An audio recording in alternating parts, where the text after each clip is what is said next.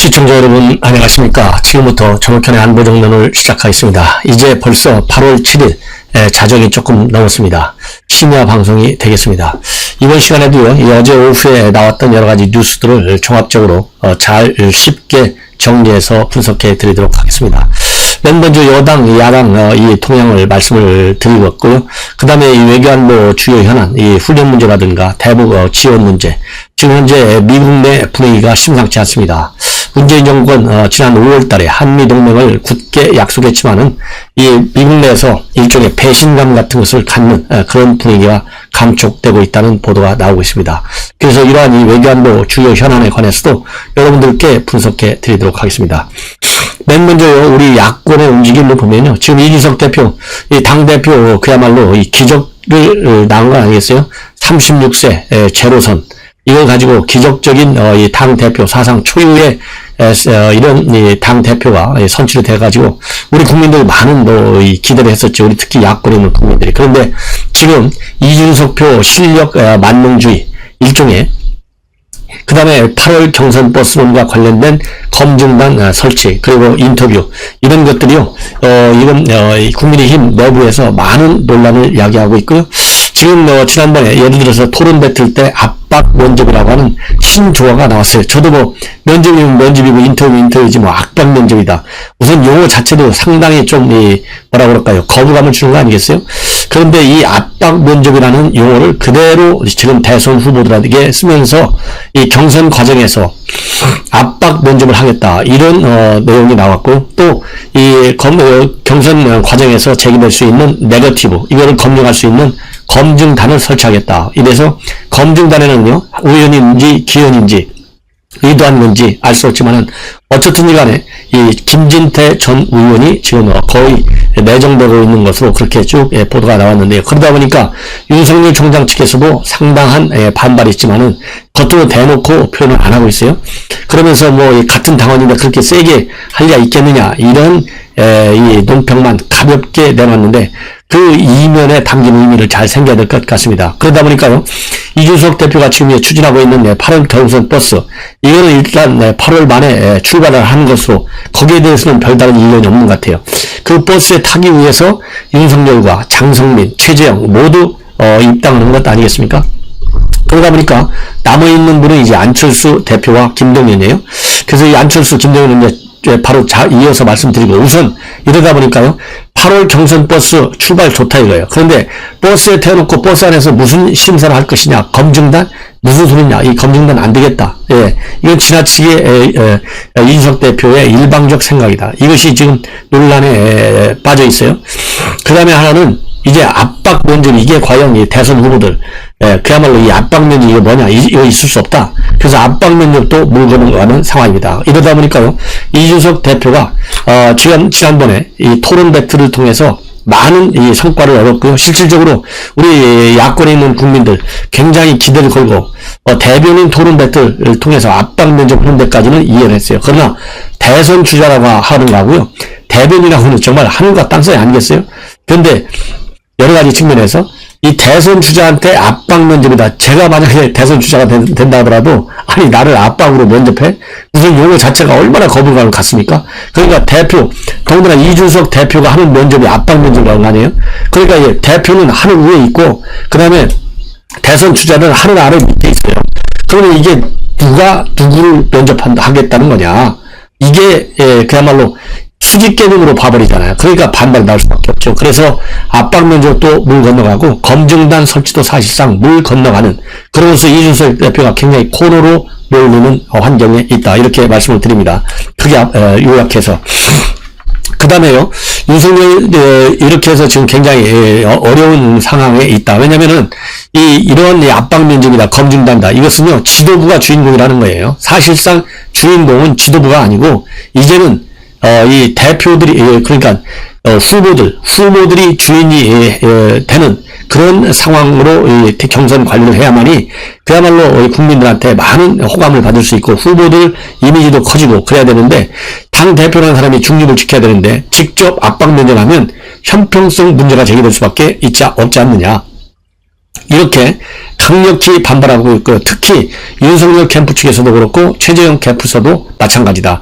그 윤석열 캠프는 형평성 문제를, 최재형 캠프에서는요, 대선 후보가 주연인데 감독인 당 대표가 나선 것은 맞지 않다.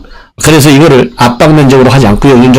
이준석 대표가 하는, 그래서 국민 면접 형식으로 바꾸는 그런 지금 대안을 마련하고 있고, 또 정진석 의원도 이 경선 주인공은 후보지 지도부가 아니다. 이렇게 해서 강력하게 이준석 대표를 지금 밀어붙이고 있는 그런 상황이다. 그래서요, 이 경선 방식을 두고 지도부와 후보들 간의 이 대립 국면은 상당히 제법 시간이 좀 걸릴 것이다. 라는 이 결론이 결론적 의견을 말씀을 드립니다.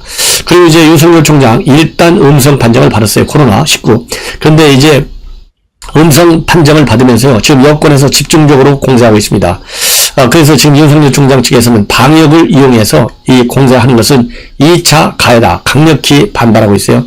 뭐냐면 지난 2일날 국회 본청 방문 때 악수를 한 국회 사무처, 국민의힘 사무처 당직자가 이 코로나 판정을 어제 5일날 받으면서 알려져가지고 이 국민의힘 지도부, 그 다음에 윤석열 총장 모두가 일정을 어제 전부 중단시켰지 않습니까? 그런데 음성 판정을 받았어요. 이거와 관련해가지고 이제 민주당에서 뭐라고 이게 비판을 하고 있냐면, 이 확진자하고 악수한 손을 가지고 국회 전체를 돌면서 악수한 건데, 이거는 아나무인 행보다. 그래서 국회 근무자들 전체가 지금 감염 우려에 노출되어 있다. 국회 사무처 직원들이 윤 총장이 강하게 만류했는데도 이걸 무시한 것 아니냐. 그렇다고 본다면 대통령이 만약 이런 사람이 대통령이 된다면 우리 국민의 건강과 안전을 과연 지켜낼 수 있을지 의심이다. 이렇게까지 지금 현재 밀어붙이고 있습니다. 비판하고 있어요. 이게 말이나 되는 겁니까? 지금 현재 예를 들어서요, 이낙연 대표 과거에 몇 번이나 이 자가격리 들어가고 몇 번씩이나 이 코로나 검진을 받았습니까? 그런데 지금 와갖고 이번에 처음 있는 일인데요. 그리고 그 이후로 지금 현재 자가격리 확진자가 전혀 나오지 않고 있잖아요. 딱 한 명밖에 나오지 않고 있고, 그 다음에 관할 영등포 구치소에서도요, 이거는 방역 지침 위반이 아니다. 가장 중요한 게 그거예요. 방역 지침 위반이 아니다. 왜? 공무수행 차원에서 이 활동을 한 것이기 때문에. 이렇게 관할 구청에서 유권 해석을 내렸는데도 불구하고 이거 방역을 무시했다. 이런 공세, 이거 참을 수 있겠어요? 이거야말로 방역을 빙자한 무차별적 정치 공세라고밖에 볼 수 없어요. 그래서 이런 취지로 윤 총장 캠프의 김병민 대변인도 논평을 내놓고 있습니다. 이러한 이 여당의 행태는 결국은 격리 대상이 돼서 여러 가지 어려움을 겪고 있을 어느 누구에게인지 바로 상처를 주는 2차 가해에 해당된다. 이렇게 지금 반박문을 내놓고 있고요. 반박문을 내놓고 있습니다.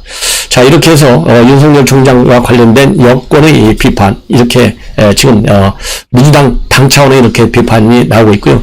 그리고 이준석 대표, 일단 코너는 몰리고 있는데 아까 말씀드린 대로 안철수 당 대표와 합당 문제를 두고 지금 많은 설전이 오고 가고 있고요. 이렇게까지 가는데 무슨 합당이 이루어지겠느냐. 그래서 8월 6일이 본래 합당 시한이에요. 일단 합당 시한 지났는데요. 일본 그야말로 전범 얘기까지 나오면서 굉장히 치열하게 설전이 오고 갔습니다. 그래서 일단 합당은 8월 6일을 넘기면서 물 건너가신 것이 아니냐, 이런 생각이 들고요. 이러다 보니까 지금 이준석 대표 측에서는 안철수 대표가 그동안에 윤석열 측과 몰래 만나고 다니고 있다. 이것까지 지금 공개해서 이 폭로전으로 나와가지고 완전히 지금 합당 문제를 비롯한 이 국민의힘과 국민의당과의 이 난타전이 벌어지고 있는데요. 이거는 바람직스럽지 않다. 그래서 제가 보기에는 이번 합당 문제는요, 이 큰 당인 이 국민의힘 측에서 지금 중도표 한 표가 영향을 가지겠어요? 왜냐하면 지금 현재 중앙일보에 칼럼을 보더라도요, 지금 이번 이 대선은 그야말로 한 1~2% 정도의 접전이 될 수 있다. 이런 전망까지 나오고 있거든요. 이런데 지금 안철수 대표가 가지고 있는 중도층, 그리고 2030 세대들의 지지 분위기, 이거는 국민의힘이 받아와야 되는데 이거야말로 지금 현재의 국민의힘 구조를 갖고는 어렵고, 윤 총장이나 안철수 이런 분들이 가져와야 되는데 이렇게 합당 문제를 가지고 마치 적대시 적으로 그야말로 여야 민주당 대 국민의힘과 같은 적대 정당 관계로 몰아붙여서 야, 이 합당이 이루어지겠느냐. 그래서 더군다나 말이죠. 내가 윤석열 총장 안철수가 만나고 다는 거 다 알고 있어. 근데 이제 윤석열 총장이 입당하니까 그것도 어려워졌잖아. 이렇게까지 밀어붙이다 보니까요. 완전히 물 건너갔고 설령 합당에 준하는 조치가 이루어진다 하더라도 과연 안철수 지지 세력이 그대로 국민의힘 후보를 지지할 것이냐. 이거는 별도 또 대책이 강구한 그런 상황이 아니겠는가 하는 그런 좀 뭐라고 할까요. 부정적 예측이 앞선다. 이렇게 말씀을 드리고 싶습니다. 그리고 이제 중리벽화가요. 종로에서 사라졌어요. 그런데 이 중리벽화가 바로 어제 강남에 나타났습니다. 어디에 나타났냐면요. 역삼동 옛날 르네상스 호텔 여러분들 아시죠? 그게 뭐 이 조선호텔 새로 들어서는 걸로 그렇게 알고 있는데요. 바로 역삼동 옛 르네상스 호텔 앞에 한 여성이 중리벽화를 들고 시위하고 있는 모습이 언론에 보도되고 있습니다. 근데 참고적으로요.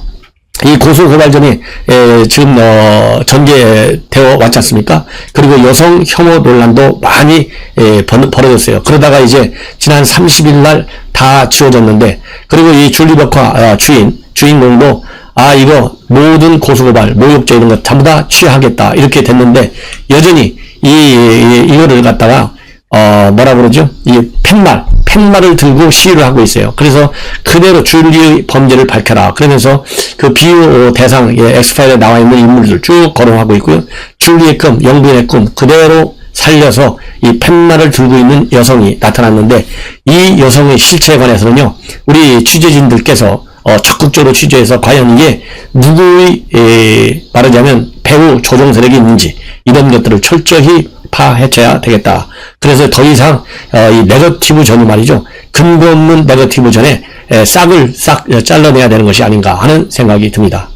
자, 이제는요. 이 최재형 감사원장과 관련한 이 보도인데요. 이 최재형 감사원장 오늘부로, 그러니까 8월 6일부로 전현직 의원 44명을 포함한 캠프 인선 내용을 전격적으로 발표했습니다.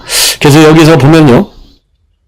현직 의원은 9명으로 되어 있고요. 전직 의원은 총 35명으로 되어 있습니다. 그래서 이 최재형의 사람들의 실체가 결국 이제 언론에 다 보도가 됐어요.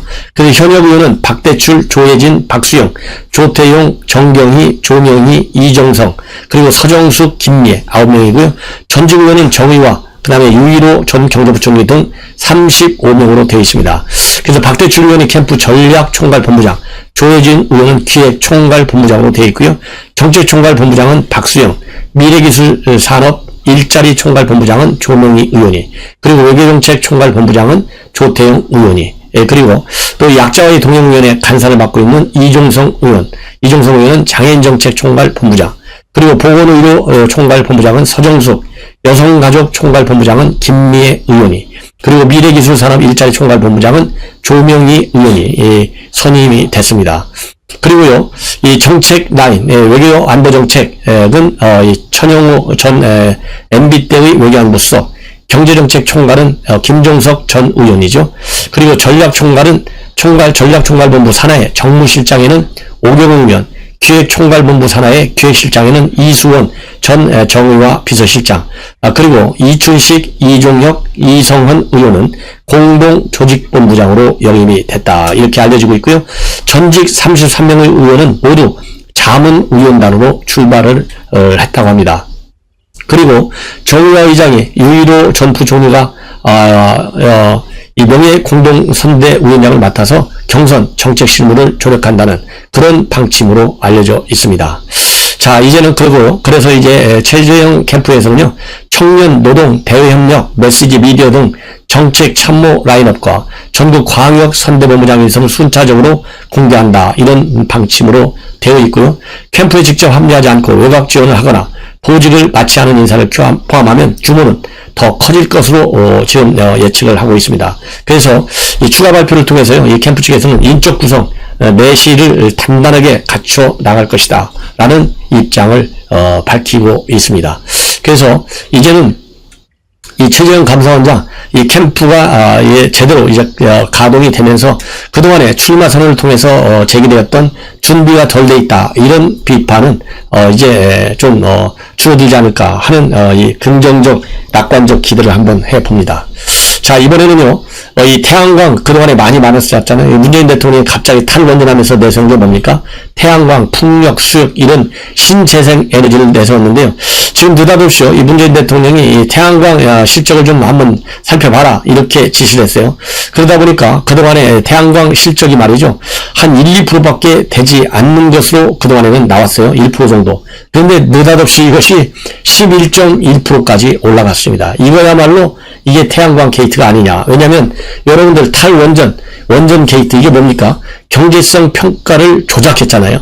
경제성 평가를 일부러 조작해가지고 이 월성 원전을 조기 폐쇄하도록 만들었지 않습니까? 이게 바로 월성 원전 사태잖아요. 그런 것처럼 태양광도 1%밖에 되지 않는 것을 갖다가 이 통계 기준을 싹 다 바꿔버렸어요. 통계 기준을 바꾸면서까지 대통령이 한마디 하니까 이거 태양광 전력 수급 제대로 한번 살펴봐라 이 얘기하니까요. 싹 다 바꿔가지고 아까 말씀 드린 대로 11.1%까지 올렸어요. 지난달 뭐라고 지시했느냐? 27일 날 대통령이 지시했습니다. 뭐라고 지시했냐면요.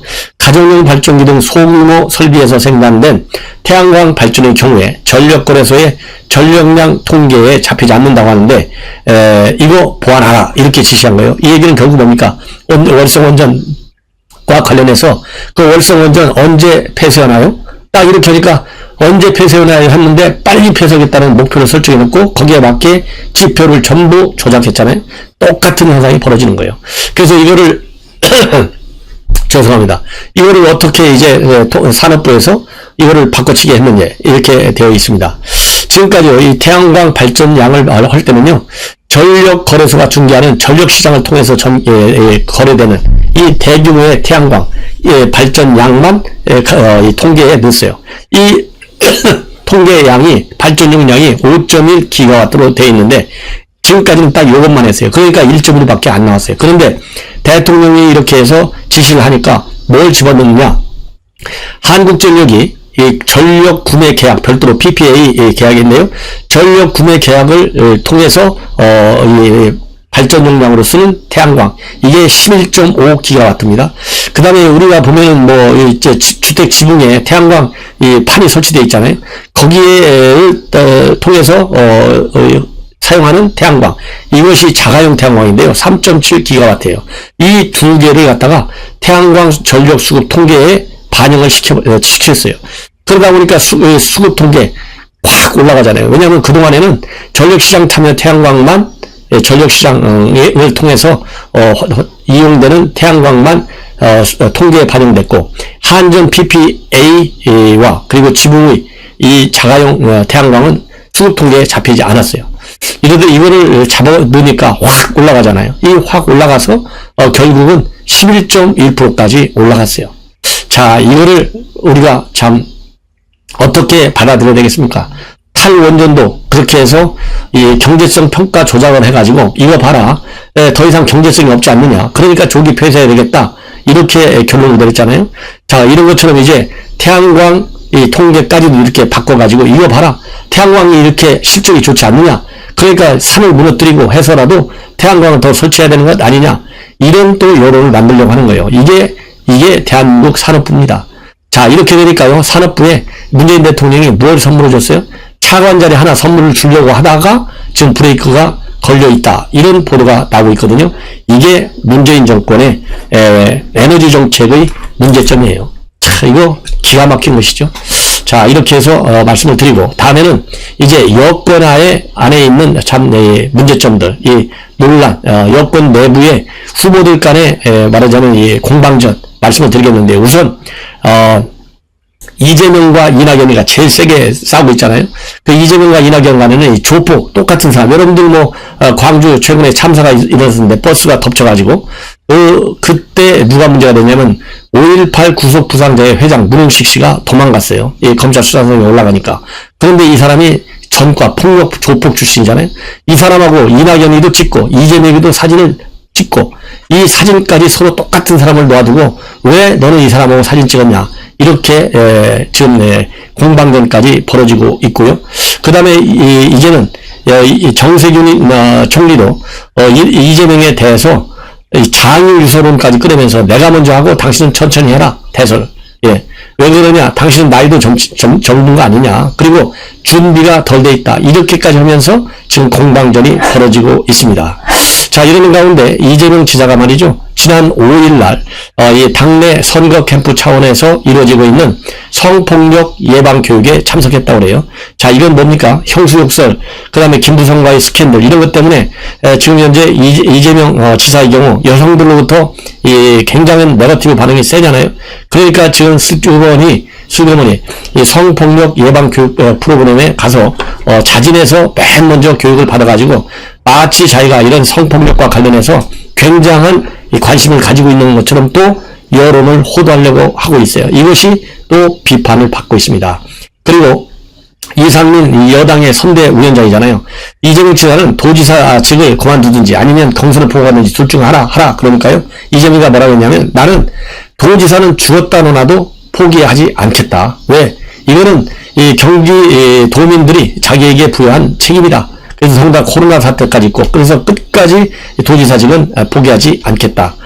그러면서 차라리 포기하라고 한다면 경선을 포기하겠다.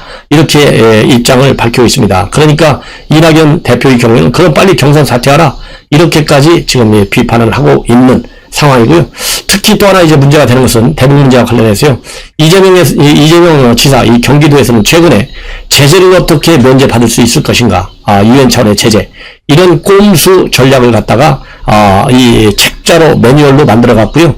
전국 지자체에 많이 뿌렸어요. 그래서 경기도는 물론이고 이 광역 지자체, 기초단체 지자체 29곳에 이것을 전부 다 뿌려서 지금 많은 논란이 야기되고 있어요. 더군다나 우리나라의 경우에는요. 유엔 제재위원회를 또 찍혔어요. 이미 제재를 슬그머니 피하는 나라 중에 하나로 찍혀 있는데 이재명 지사가 이런 꼼수까지 내놓고 있어서 앞으로 국제사회로부터의 저 망신스러운 국면이 더 야기될 가능성이 커지고 있다. 이렇게 저는 우려를 표명하지 않을 수가 없습니다. 그래서 여당 내부 선거 과정에서 이재명을 대상으로 한 이낙연, 정세균의 협공이 굉장히 강화되고 있다. 그러다 보니까 이재명과 이낙연이는 언젠가 합치는 거 아니냐 이런 전망들이 나오고 있는데요. 정세균 총리가 거기에 대해서는 무슨 얘기냐 딱 선을 긋고 있다. 이런 상황입니다. 그리고요, 이재명이가 또 이제 윤석열을 대대적으로 또 뒷싸고 나섰어요. 뭐냐면은, 최근에, 윤석열 쪽에서 이재명의 성남 풋볼클럽, 성남 그러니까 풋볼클럽, 여기에 말하자면 이 지사로 있으면서, 많은 후원금을 걸었다. 이래서 이것이 제3자 뇌물수수에 해당된다. 이것은 마치 이 최순실과 박근혜 대통령 그 뇌물수수, 즉, 미르 K스포츠 대단, 다 이 사기업에서 후원금을 받은 거 이게 제3자 뇌물로 법원에서 인정이 딱 됐지 않습니까? 그런 것처럼 이재명이도 이거는 제3자 뇌물죄에 해당된다 이런 입장문을 내놨어요. 이것과 관련해서 이재명 지사가 강장히 반박하고 있습니다. 윤석열 총장 이 정도 수준밖에 안 되느냐 그러면서 과거에 자기가 대통령이 되면 검찰총장으로 기억하겠다라고까지 했는데 오늘부로 깊이 사죄하고 처리한다. 이렇게 지금 또 이재명 지사가 윤석열 총장을 비판하고 나섰다. 이런 말씀을 또 드립니다. 이제 마지막으로 이 안보 관련해서 말씀을 드린다면 지금 훈련 문제 가지고 굉장히 말이 많잖아요. 지금 문재인 대통령 뭐라고 하고 있습니까? 여러 가지를 고려해서 신중하게 결정하라. 이렇게 지시를 하고 있어요. 하나만 하는 지시예요. 이게 지금 대통령을 한 지가 4년이 되는데, 아직도 지금 훈련을 해야 될지, 안 해야 될지도 몰라가지고, 말만 그럴듯하게 이것저것 잘 고려해서 신중히 결정하라. 이렇게 돼 있는데요. 대통령이 누굽니까? 국군 통수권자잖아요. 그러면 이러이러한 이유로 지금 북한이 핵미사일 포기도 안 하고 있고, 대화에 응하지도 않고 있고, 안보 위협은 더 커져가고 있다. 그러니, 한미동맹 내가 5월달에 바이든하고 강화시키기로 약속했으니 이 약속에 따라서 훈련은 무조건 실시하라. 이렇게 해야 정답 아니에요. 그런데 지금 꼼수를 부리고 있어요. 이러는 사이에 지금 미국 내 분위기가 심상치 않다. 이런 보도가 나오고 있습니다. 미국 외교가에서 지금 한미동맹에 만약에 이번에 그러지 않아도 지금 굉장히 축소되어 있는 훈련인데요. 이 훈련을 더 취소한다? 그거는 미국 내에서는 받아들일 수 없고, 만약에 그럴 경우에는 한미동맹은 돌이킬 수 없는 타격을 받을 것이다. 이런 이 경고 메시지가 지금 미국 내에서 나오고 있습니다. 그리고 여러분들 잘 아시다시피 최근에 브룩스 전 주한미 사령관마저도요, 이 훈련이 그야말로 정치화 되어 있다. 이게 굉장히 위험하다. 이렇게 비판을 하고 있지 않습니까? 그렇기 때문에, 그리고 또 최근에 러케모라 연합사령관도요, 한미 양국 주요 지휘관 세미나에까지 지금 참석을 해서 이번 훈련 실시를 기정사실화 시키고 있습니다. 이런 거를 볼 때, 만약에 이번 훈련, 지금 여당에서는요, 한 70여 명 이상이 연탄장에 서명을 하고 있어요. 훈련하지 말자, 연기하자, 이렇게 되어 있는데, 이거야말로 이 한미동맹, 그야말로 지난 5월달 성명을 완전히 휴지 조각으로 만들고, 그야말로 김여정이의 함영 정부로 만드는 결정타가 될 것이다. 그래서요, 절대로 그래서는 안 된다. 이런 주장을 제가 다시 한번 하고 있고요. 또 워싱턴 이 포스트지 보도를 보면 바이든은요, 북한에 대해서 유인책을 제공할 계획이 전혀 없다. 이렇게 지금 이 워싱턴 포스트의 외교안보 담당 칼럼니스트 조시 로긴이 이런 칼럼을 쓰고 있는데, 이렇게 미국 내 분위기가 굉장히 안 좋아요. 그런데 이인영이가 이끄는 대한민국의 통일부는요, 인도적 대북 지원 차원에서 무려 얼마를 내놓는 줄 아십니까? 남북 협력지금 100억 원을 내놔가지고 대북 인도 지원 단체들을 지원하겠다. 이렇게 지금 입장을 밝히고 있어서 굉장히 이제 한미 간의 충돌 눈에 또 보인다. 이런 위험스러운 국민의구 외교안보 정책을 지금 무너뜨리고 있다. 이렇게 제가 평가를 하지 않을 수가 없고, 더군다나요, 일본 니혼 계자이 신문이 유엔 안보리 제재위원회의 보고서를 인용해서 조금 전에 보도한 내용에 따르면은, 북한은 유엔 제재에도 불구하고요, 작년 12월부터 금년 2월까지 영변 핵시설을 여러 차례에 걸쳐서 가동했다라는 보도가 나오고 있어요. 자, 이것만 보더라도요, 지금 얼마나 지금 안보 상황을 김정은이가 계속적으로 핵 미사일을 포기하지 않고 악화시키고 있는지 우리가 눈에 보이지 않습니까? 이럼에도 불구하고 김여정에게 한마디 하니까 어떻게 해서라도 훈련을 안 하겠다는 꼼수를 쓰는 문재인 대통령, 반드시 우리가 심판을 해야 되겠다. 이런 말씀을 결론적으로 드리면서 저의 심야 방송을 마치겠습니다. 시청자 여러분, 그러면 편안히 주무십시오. 편안히 감사합니다.